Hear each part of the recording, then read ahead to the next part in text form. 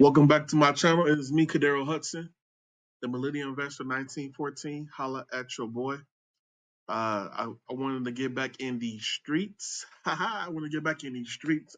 I've been away because I've been focusing on myself, working on my body, focusing on my body, been working out, been eating well.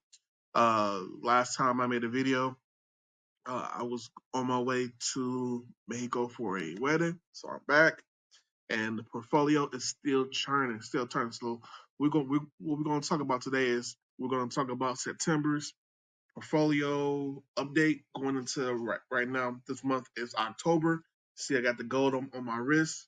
We out here, baby. Gold on the left, Phi Beta Sigma on the right.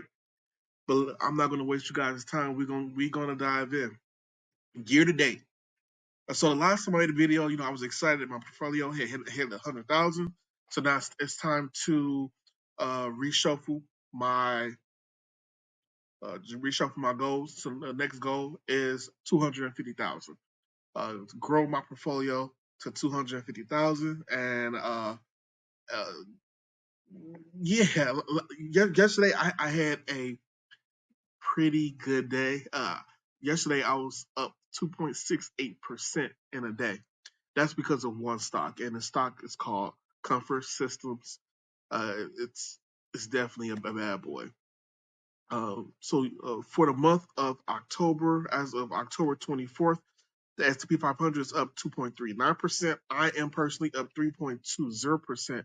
But what I want to focus on is that year to date, the S&P 500 is up 16.68% year to date, which is, if you could just put your money into the S&P 500 and have your money grow at a clip of 16 to 17% per year, you cooking.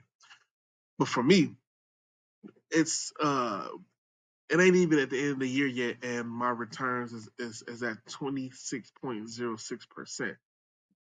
Thinking, guess what? When you do the rule of 72, the rule of how long it takes for your money to grow, if my money is to continue to grow at a rate of 25 to 26, my portfolio will double every 2.5 years, and I'm hoping that my portfolio it compounds to at least 30% per year. Uh, I know that's a lot, and that's a lot to ask for. But I got some stallions in my stables that's hitting the ground running. And what I'm about to do for 2026, because the reason why I'm doing a lot of shuffling, right? So I'm doing a lot of shuffling now. I'm doing a lot of in December. I'm going to take profits, and I'm going to redistribute a lot of the money, right? Because what you'll see is that let's go into my portfolio so I can show you, because it's October now. You might as well say it's November. November is the month for my birthday. So here's the strategy. So as you saw, I'm up 26% year to date. My portfolio still has my portfolio hasn't experienced the Christmas rally. Hasn't experienced. So next week, SoFi plans on doing this earnings. So I got SoFi in my other portfolio. But next week, Meta, Microsoft, Google, they plan on doing their earnings, right? Also, Trump is supposed to be sitting down with China's president, so hopefully some good news come from that, right? So I got a couple catalysts, external macro catalysts to help me get 4% to get my portfolio up 30% for this year. I'm excited because that'll be the most my portfolio has ever been. My portfolio has been is up to 27%, and that was last year. And that was because of a late push of my dear Broadcom. Broadcom is definitely one of those horses in my stable that has been compounding. I plan on taking at the end of the year, hopefully Broadcom balloons up to 375. Then I'm going to take about $5,000 off the top, and I'm going to redistribute into Oracle, Robinhood, GE, Google. I'm going to buy some more Meta. So I'll probably buy a share of two of Meta for roughly $1,500, and so I won't be so top heavy because currently right now my Broadcom is at a 20% stake. If I take $5,000 off the top, that would push it at around like $17,000, and really bring this down. So bring this down to at least probably like 15%, which is still a lot.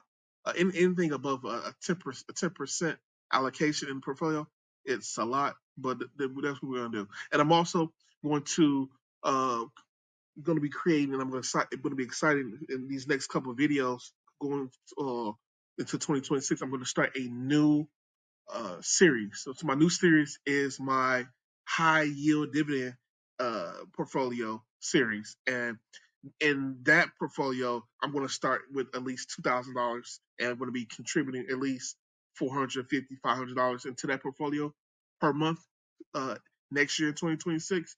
And in this portfolio, I'm going to add QQQI. So I'm going to add QQQI in this portfolio so I can have, because I have, so in this portfolio, I have dividend growth stocks like uh, Aflac, Kroger, JP Morgan Chase, Goldman Sachs, right? So I have those where they're of course the underlying stock is growing, right? Stock is doing well, companies doing well, earnings do well, the stock grows, right?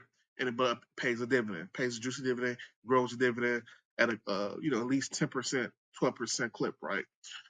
But what I'm lacking in this portfolio is the stability, the income, the stability, right? When the stock market slides, those days where stock market goes down 1 or 2%, I want something that's going to be paying me a high dividend, right? I could have went with SCHD, right? But I'm going with that good old juicy 12 to 14% QQQI, putting that bad boy in this portfolio. Boom. In my other portfolio, I'm going to be. We'll talk about it in a couple months. So hopefully, you guys make sure you like and subscribe to my channel, and we'll take it from there. Right. Here's my dividend data. Has my portfolio right here. And I just wanted to show you guys in September. In September, I was cranking out. In September, I was cranking out dividends left and right.